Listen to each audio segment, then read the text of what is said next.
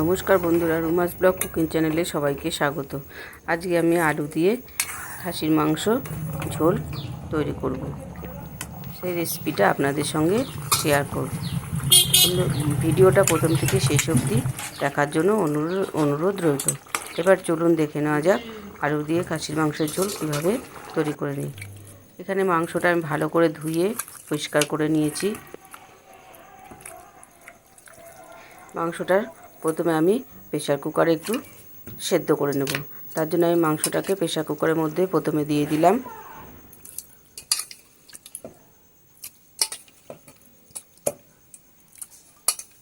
এইভাবে আগে সেদ্ধ করে নিলে মাংসটা খেতে খুবই ভালো লাগে। পুরো মাংসটা আমি প্রেসার কুকারের মধ্যে দিয়ে দিয়েছি।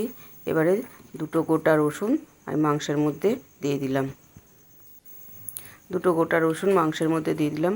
এবারে পরিমাণ মতন হলুদ দিয়ে দেব। হলুদ দিয়ে দিলাম। এবার আমি অল্প করে একটু লবণ দিয়ে দেব। আর দিয়ে দেব 1 চামচি মতন আদা রসুন বাটা। এবার আমি অল্প জল দিয়ে মাংসটাকে একটু সেদ্ধ করে নেব।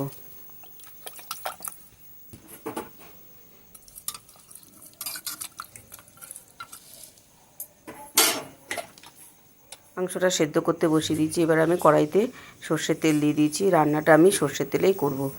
দিয়ে এখানে টুকরো করে কেটে রাখা আলুগুলোকে আমি একটু আগে থেকে একটু ভাপিয়ে নিয়েছিলাম। সেই আলুগুলোকে আমি এবার একটু লাল লাল করে ভেজে নেব। পরিমাণ মতো নুন আর হলুদ দিয়ে আলুগুলোকে আমি ভেজে নেব।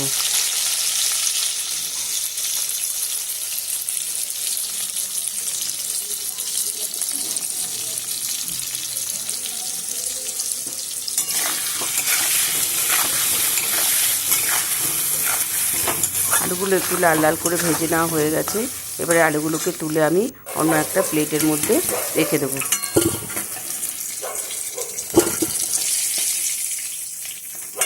এইভাবে মাংস রান্না করলে খেতে খুবই ভালো হয়। আলুগুলোকে তুলে আমি একটা অন্য জায়গার মধ্যে রেখে দিলাম। এবারে কড়াইতে যে তেলটা আছে সেই তেলের মধ্যে আমি এখানে 1 চামচি মতন চিনি দিয়ে দেবো। এই চিনিটা আমি মিষ্টির জন্য দেবো না, এই চিনিটা আমি দেবো কালারের জন্য। তেলের মধ্যে চিনি দিলে কালারটা খুব ভালো আসে, সেই জন্য আমি এর মধ্যে 1 চামচি মতন চিনি দিয়ে দিলাম। এবার চিনিটাকে আমি একটু গলতে দেব। দেখুন চিনিটা গলে গেছে। এরপরে আমি এতে ফোড়নের জন্য দিয়ে দেব দুটো তেজপাতা। একটা তেজপাতাকে ছিঁড়ে আমি 2 আধে করে এর মধ্যে দিয়ে দিলাম।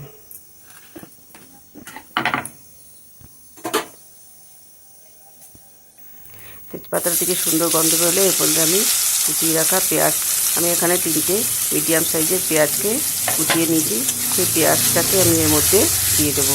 দিয়ে ভালো করে আমি নেড়ে চেড়ে পেঁয়াজটাকে একটু ভেজে নেব। এতে আমি অল্প করে একটু লবণ দিয়ে দেবো যাতে পেঁয়াজটা তাড়াতাড়ি নরম হয়ে যায়। পেঁয়াজটা দিয়ে আমি ভালো করে লবণটা দিয়ে ভালো করে আমি নেড়ে চেড়ে মিশিয়ে নেব।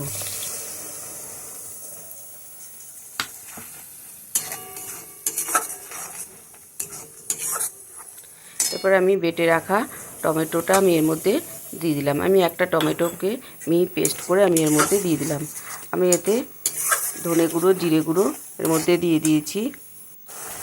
এতে এবারে পরিমাণ মতন আমি এখানে হলুদ দিয়ে দেব।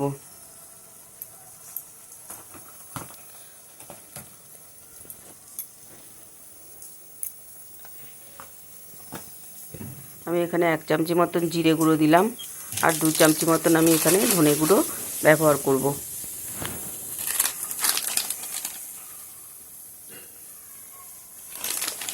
মাংসতে ধনে গুঁড়ো একটু বেশি করে দিলে খেতে খুবই ভালো হয়। এর জন্য আমি এখানে 1 চামচি জিরে গুঁড়ো আর 2 চামচি ধনে গুঁড়ো আমি এতে দিয়েছি। আর দিয়ে দিয়েছি 1 চামচি মতন আদা রসুন পেস্ট। আর দিয়ে দেবো আমি একটু লাল লঙ্কার গুঁড়ো। এই সমস্ত কিছু দিয়ে মশলাটাকে একটু ভালো করে কষিয়ে নেব।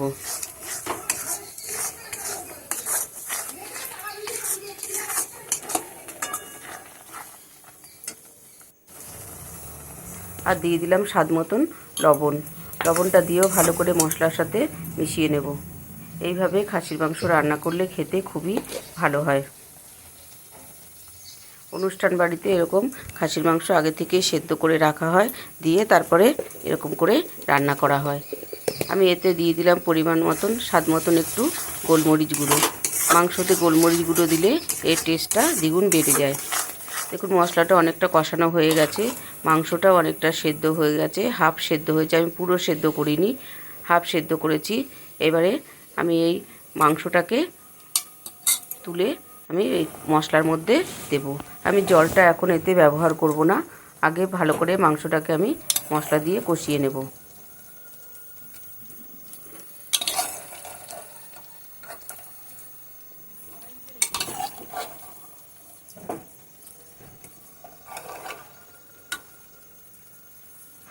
সমস্ত মাংসগুলো আমি মশলার মধ্যে দিয়ে দিয়েছি। দেখুন রসুনটা কত সুন্দর গলে গেছে, রসুনটা আমি তুলে আলাদা করে রেখে দেবো।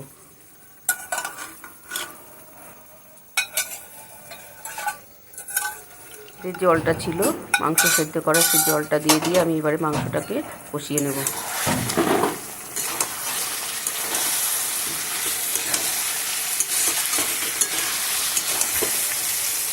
আমি অল্প অল্প করে জল দেবো, যে মাংস সেদ্ধ করা জলটা ছিল অল্প অল্প করে সেই জলটা দেবো, আর মাংসটাকে আমি এইভাবে কষাবো।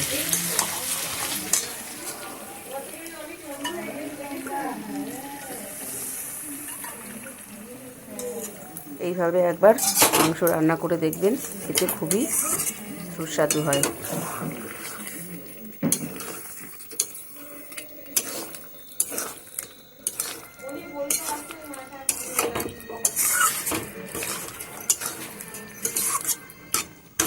আমি একটু ঢাকা দিয়ে মাংসটাকে এইভাবে কষিয়ে নেব।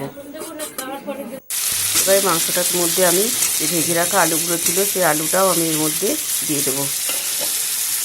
আলু মাংস সব একসাথে এবারে অল্প অল্প করে জল দিয়ে মাংসটাকে কষিয়ে নেব।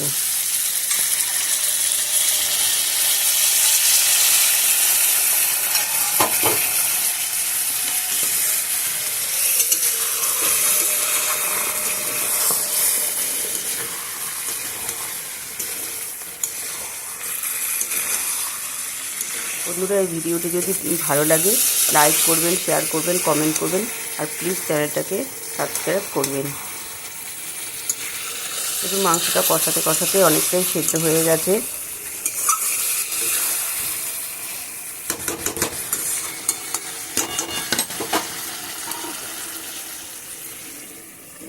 আমি আবার ঢাকা দিয়ে দিলাম, আর যে বাকি জলটা ছিল সেই জলটা আমি এর মধ্যে দিয়ে দেবো।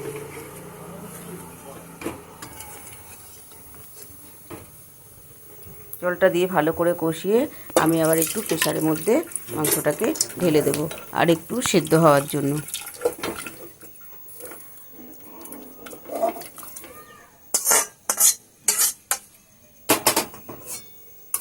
সমস্ত মাংসটা কড়াইয়ের থেকে আমি প্রেসারের মধ্যে ঢেলে দিয়েছি, দিয়ে প্রেসারে একটা সিটি দিয়ে আমি এটা মাংসটাকে ঢেলে নামিয়ে নেব। তৈরি হয়ে গেল আমার খাসির মাংসের ঝোল।